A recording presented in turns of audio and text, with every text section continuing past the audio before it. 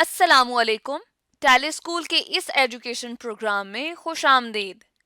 یہ programme T V پر حکومت پاکستان اور سبق فاؤنڈیشن کی شراکت سے پیش کیا جا رہا ہے.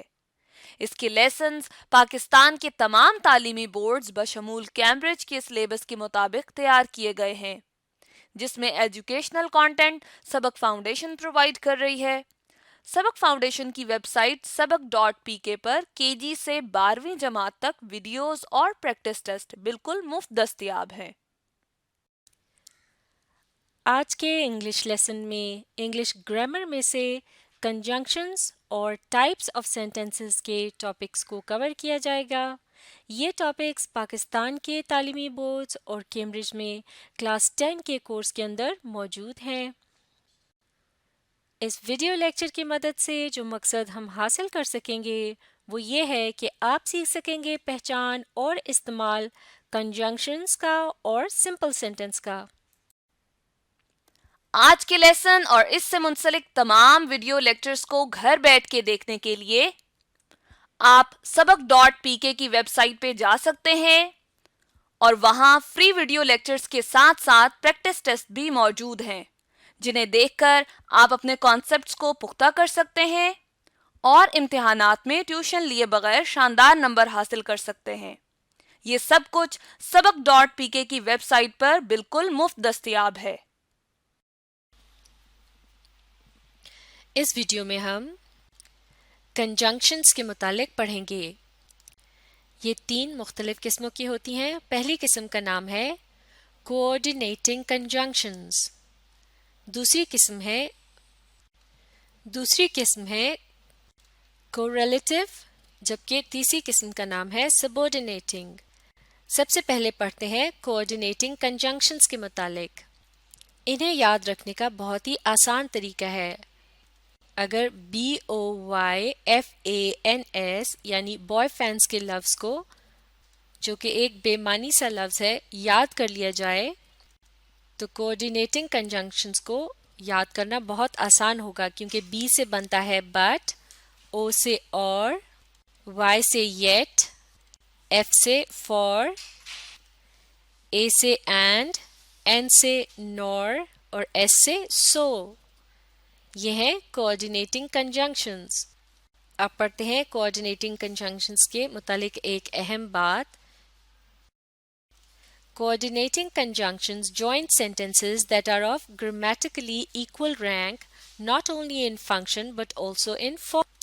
تو یہاں یہ بتایا جا رہا ہے کہ coordinating conjunctions جملے کے 2 ایسے حصوں کو آپس میں ملاتی ہیں یا ان کے درمیان ربط پیدا کرتی ہیں جو کہ گرامر کی روح سے بالکل ایک جیسے ہوتے ہیں، یعنی اپنے کام میں بھی اور اپنی فارم میں بھی.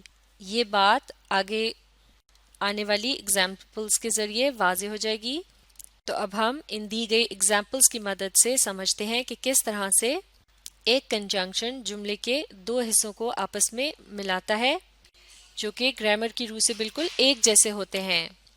تو سب سے پہلے کالم میں لکھے ہیں اسٹرکچرز جوائنڈ، یعنی ہر قسم کی ایگزامپل میں جملے کے جن 2 حصوں کو ملایا جا رہا ہے وہ کس قسم کے حصے کہلائے جاتے ہیں. اگلا کالم ہے کنجنکشنز کا، اور یہاں دی گئی ایگزامپل میں موجود کنجنکشنز کو الگ سے لکھا گیا ہے. اس کے بعد آتا ہے ایگزامپل کا کالم جس میں وہ مکمل جملہ لکھا ہے جسے مثال کے طور پر استعمال کیا جا رہا ہے. تو سب سے پہلی ایگزامپل میں 2 سینٹنسز یعنی 2 چھوٹے جملوں کو لفظ اینڈ کے کنجنکشن کی مدد سے ملایا گیا ہے. جیسا کہ ہم جانتے ہیں کہ ایک جملے میں ایک سبجیکٹ اور ایک ورب پایا جاتا ہے، تو ہم یہ بھی کہہ سکتے ہیں کہ 2 کلوزز کو یا پھر 2 انڈیپینڈنٹ کلوزز کو اینڈ کی مدد سے ملایا گیا ہے. تو مل کر اس جملے کو پڑھتے ہیں. John hit the ball and he ran to first base. Baseball کے کھیل میں کھلاڑیوں کے ٹھہرنے کی مختلف جگہوں کو بیس کہا جاتا ہے. تو اس جملے میں یہ کہا جا رہا ہے کہ جان نے گیند کو ہٹ لگائی اور وہ بھاگ کر پہلے بیس تک پہنچ گیا. تو اس ایگزامپل کی مدد سے آپ سمجھ سکتے ہیں کہ ایک کوآرڈینیٹنگ کنجنکشن جملے کے ایسے دو حصوں کو ملاتا ہے جو کہ بالکل ایک جیسے ہوتے ہیں، جیسے کہ اس جملے میں دونوں حصے ایک مکمل کلوز ہیں۔ اب دیکھتے ہیں اگلی مثال۔ The book that you enjoyed and that won the award has finally arrived at the store۔ یعنی وہ کتاب کہ جس سے تم لطف اندوز ہوئے تھے اور جس نے ایوارڈ جیتا تھا، آخر کار وہ اسٹور تک پہنچ گئی ہے، یا پھر آخر کار وہ اسٹور میں دستیاب ہے۔ تو اس جملے میں اینڈ کی کنجنکشن جو ہے وہ جملے کے ایسے دو حصوں کے درمیان ربط پیدا کر رہی ہے جو کہ دونوں ہی ڈیپینڈنٹ کلوزز ہیں۔ ڈیپینڈنٹ کلوزز کے متعلق ہم پہلے ہی پڑھ چکے ہیں۔ اب اگلی اگزامپل کو دیکھتے ہیں۔ He enjoyed the movie because his favorite actor starred and because the special effects required computer technology۔ یعنی وہ فلم سے لطف اندوز ہوا کیونکہ اس کے پسندیدہ اداکار اس میں اہم کردار ادا کر رہے تھے، اور اس لیے بھی کیونکہ اس میں خاص اثرات کو دکھانے کے لیے کمپیوٹر کی ٹیکنالوجی کا استعمال کیا گیا تھا۔ تو اس جملے میں کنجنکشن اینڈ دو ایڈوربیل کلوزز کے درمیان ربط پیدا کر رہا ہے۔ اب دیکھتے ہیں اگلی example. John hit the ball over the pitcher's head between the legs of the shortstop but into the waiting glove of the outfielder۔ یعنی جان نے بال کو اس طرح سے ہٹ لگائی کہ وہ گیند باز کے سر کے اوپر سے ہوتا ہوا، گیند روکنے والے کھلاڑی کی ٹانگوں کے درمیان سے ہوتا ہوا ایک منتظر آؤٹ فیلڈر کے دستانوں میں پہنچ گیا۔ تو اس جملے میں کنجنکشن بٹ کا استعمال کیا گیا ہے اور یہ پریپوزیشنل فریزز کو آپس میں لنک کر رہا ہے۔ اگلی مثال میں امریکی صدور کے متعلق بات ہو رہی ہے۔ Lincoln and Jefferson rank among our greatest presidents. اور لنکن اور جیفرسن کے متعلق کہا جا رہا ہے کہ وہ ہمارے بہترین پریزیڈنٹس رہ چکے ہیں۔ تو اس جملے میں کنجنکشن اینڈ دو سبجیکٹس کو آپس میں ملا رہا ہے۔ اب اگلی مثال۔ لوسی waited for 2 hours but then decided to leave۔ تو اس جملے میں کنجنکشن بٹ دو وربس کو لنک کر رہا ہے، یعنی ان میں ربط پیدا کر رہا ہے۔ اور اب آخری example. Natalie wants the apple or the orange۔ یعنی نٹیلی کو سیب چاہیے یا مالٹے، معاف کیجیے گا، نٹیلی کو سیب چاہیے یا مالٹا۔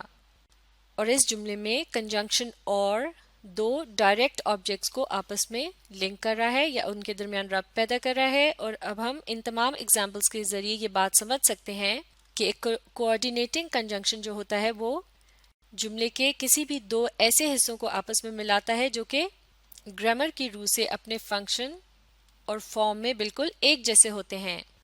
اب پڑھتے ہیں کو ریلیٹیو کنجنکشنز کے متعلق۔ انہیں پاور ورڈز بھی کہا جاتا ہے۔ یہ زیادہ تر پیئرز میں استعمال ہوتے ہیں، یعنی دو کی تعداد میں، جیسے کہ یہاں ایگزامپلز دی گئی ہیں۔ آئدر اور، اس کے بعد ہے نائدر نور، پھر ہے ناٹ بٹ، اور اسی طرح سے ناٹ اونلی بٹ یا پھر آلسو، اور پھر ہے بوتھ اینڈ۔ اس قسم کی کنجنکشنز کے متعلق کہا جاتا ہے کہ powerful writers use these conjunctions all the time, یعنی کہ مؤثر لکھاری اس قسم کی کنجنکشنز کا اکثر استعمال کرتے ہیں، یعنی ایسے لکھنے والے کہ جن کی لکھی ہوئی تحریریں بہت مؤثر ہوتی ہیں، جیسے کہ ہم کہتے ہیں either you follow the rule or you will fall into trouble، یعنی یا تو تم اس اصول کی پیروی کرو ورنہ تم مشکل میں پڑ جاؤ گے۔ اسی طرح سے ہم کہہ سکتے ہیں neither you understand nor you listen، یا پھر یوں بھی کہہ سکتے ہیں neither you listen nor you understand، یعنی نہ تم سنتے ہو اور نہ ہی سمجھتے ہو. تو اس طرح سے یہ کوریلیٹو کنجنکشنز جو ہیں یہ پیئرز کے فارم میں استعمال ہوتے ہیں اور ان کی مدد سے کسی بھی تحریر کو مؤثر بنایا جا سکتا ہے. اب یہاں ایک ایگزامپل دیکھتے ہیں. Neither the king nor his minister had realized the mistake. یعنی نہ ہی بادشاہ اور نہ ہی اس کے وزیر کو غلطی کا احساس ہوا. اب آگے پڑھتے ہیں. یہ ایک اہم بات ہے. Make sure you follow the rule of parallel construction. یعنی correlative conjunctions کا استعمال کرتے وقت ہمیں پیرالل کنسٹرکشن کے رول کو بھی ذہن میں رکھنا ہوگا، جیسا کہ ہم کوآرڈینیٹنگ کنجنکشنز کے متعلق پڑھتے وقت سیکھ چکے ہیں کہ یہ جملے کے دو ایسے حصوں کو آپس میں ملاتے ہیں جو کہ گرامر کی روح سے اپنے فنکشن اور فارم میں ایک جیسے ہوتے ہیں. جیسے کہ یہاں لکھا ہے structures that are of grammatically equal rank both in function and form. تو یہ اصول کوآرڈینیٹنگ کنجنکشنز اور کوریلیٹو کنجنکشنز دونوں پر لاگو ہوتا ہے. اب پڑھتے ہیں کنجنکشنز کی تیسری اور آخری قسم کے متعلق. یہ ہے سبارڈینیٹنگ کنجنکشنز اور ان کے بارے میں خاص بات ہے کہ دے اسٹارٹ ڈپینڈنٹ کلازز، یعنی یہ ڈپینڈنٹ کلازز کے شروع میں آتی ہیں، اسی لیے انہیں سبارڈینیٹنگ یعنی مددگار کنجنکشنز کہا جاتا ہے. ان کی بہت سی مختلف قسمیں ہو سکتی ہیں، جیسا کہ یہاں یہ الفاظ دیے گئے ہیں، انہیں مل کر پڑھتے ہیں. After, although, as far as if, as long as though, because, before, how, if, in order that, provided that, since, so that, though, till, unless, until, what, whatever, when, whenever, where, wherever, or while. اب آگے پڑھتے ہیں. Each of these words introduces a subordinate clause جسے dependent Claus بھی کہا جاتا ہے، جس کے متعلق ہم تفصیل سے پڑھ چکے ہیں. which can act as a subject, object, adjective اور adverb. اب یہاں ان ایگزامپلس کی مدد سے سمجھتے ہیں. that he won the award surprised us. یعنی اس بات نے کہ اس نے ایوارڈ جیت لیا ہمیں حیرت زدہ کر دیا. تو یہ جملہ that کے سبارڈینیٹنگ کنجنکشن سے شروع ہو رہا ہے اور that کا لفظ جو ہے یہ آ رہا ہے ایک سبارڈینیٹ کلاز یا پھر ڈپینڈنٹ کلاز کے شروع میں. اور یہ ڈپینڈنٹ کلاز کیا ہے؟ that he won the award. یعنی یہ جملے کا وہ حصہ ہوتا ہے جس کے لیے ایک انڈیپینڈنٹ کلاز کی ضرورت ہوتی ہے، یعنی یہ اگر اسے الگ سے لکھا جائے تو اس کی کوئی حیثیت یا مطلب نہیں ہوتا. اس جملے میں یہ ڈپینڈنٹ کلاز جملے کے شروع میں آ رہا ہے تو یہ ایک سبجیکٹ کا کام دے رہا ہے. یہاں اس کا فنکشن ہے سبجیکٹ کا. اب اگلی اگزامپل دیکھتے ہیں. She said that she would win. یعنی اس نے کہا کہ وہ جیتے گی. تو اس جملے میں بھی that کا لفظ ہے ایک سبارڈینیٹنگ کنجنکشن جو کہ ایک ڈپینڈنٹ کلاز کے شروع میں آ رہا ہے اور اس جملے میں یہ ایک آبجیکٹ کا کام دے رہا ہے، یعنی وہ چیز جو کسی عمل کا مقصد ہوتی ہے یا پھر جس کی طرف کسی عمل کو ڈائریکٹ کیا جاتا ہے یا پھر اس چیز پر عمل کو کیا جاتا ہے. اب اگلی example. Let's meet on the street where she lives. یعنی چلو اس اسٹریٹ پر ملتے ہیں جہاں وہ رہتی ہے. تو اس جملے میں where she lives ہے ڈپینڈنٹ کلاز جو کہ where کے سبارڈینیٹنگ کنجنکشن سے شروع ہو رہا ہے، جبکہ یہ کلاز اس جملے میں ایڈجیکٹو کا کام دے رہا ہے. اب دیکھتے ہیں آخری example. The rat reacts whenever the bell rings. یعنی چوہا رد عمل کا اظہار کرتا ہے جب بھی گھنٹی بجتی ہے. تو اس جملے میں whenever the bell rings یہ ہے ایک ڈپینڈنٹ کلاز یا سبارڈینیٹ کلاز جو کہ اس جملے میں ایک ایڈورب کا کام دے رہا ہے اور یہ شروع ہو رہا ہے whenever کے سبارڈینیٹنگ کنجنکشن کے ساتھ. تو اب ہم کنجنکشنز کی مدد سے ان جملوں کو مکمل کرتے ہیں. Number 1 he ran blank he missed the train. یعنی وہ ریل گاڑی کو مس کرنے کے بعد بھاگا. he ran after he missed the train.